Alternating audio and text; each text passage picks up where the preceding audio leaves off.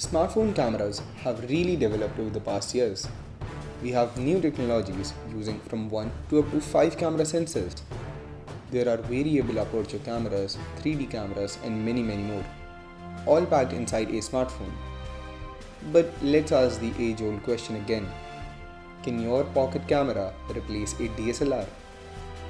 Well, I thought of putting the latest iPhone to the comparison with the beginner's Goku series, the Nikon D5000. On one side we have the iPhone XS Max with a 12 megapixel main camera, and on the other side we have Nikon D5200 with 24 megapixel CMOS sensor and an 18 to 55mm lens. Let's see how they stack up. In daylight, a landscape still provides a challenge as both cameras need to nail the color and white balance while preventing the sky from getting blown out.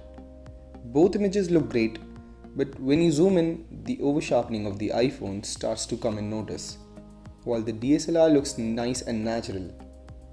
But the colors of iPhone are actually better. So another important part of what makes a picture great is colors. Now, as you may have guessed, this is also subjective. If you like warm and natural colors, then DSLR captures them. But if you like saturated image and brighter images, then iPhone captures them better. Moving on to portrait mode. Now, this is a place where smartphone cameras have generally slacked over the past years. But since the launch of iPhone 7 Plus in 2016, portrait mode has become a generalized feature in smartphones and has become better over time. So let's see how far it has come.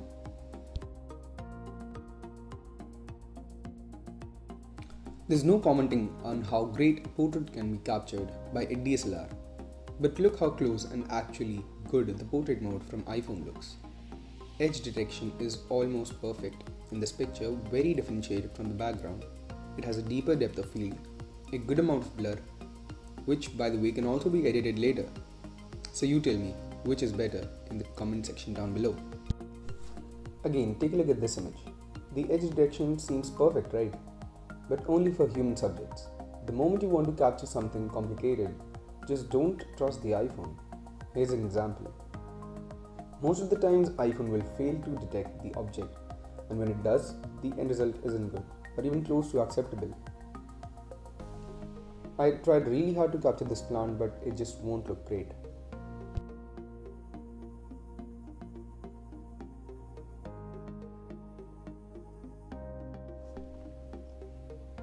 Coming on to night captures, when noise starts to kick in, every camera struggles.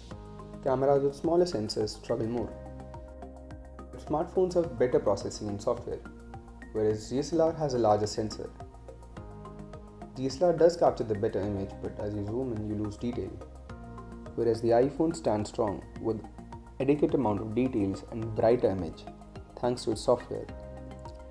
But with that said, iPhone does capture a lot of noise, and the image looks kind of grainy.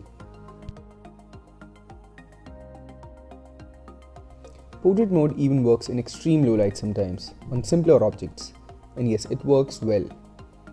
And when flash turns on, I think the iPhone image looks better.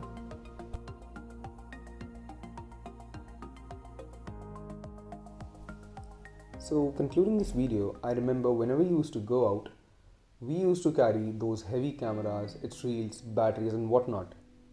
Those days ended with the release of smartphones. DSLR still stands strong when it comes to taking professional images, but I believe those days will end soon. For the most part, iPhone stands with the DSLR and gives us more features to play with, like studio lighting, 4K video recording, slow motion capture and many more. All of that in our pocket. We have to appreciate the form factor and give points for that too, right? I think future photography lies within the camera attachments, using which you can seamlessly convert your pocket camera into a professional camera. Let me know your thoughts in the comment section down below. Bye. And hey, don't forget to subscribe and press the bell icon because there will be more content coming up. Bye.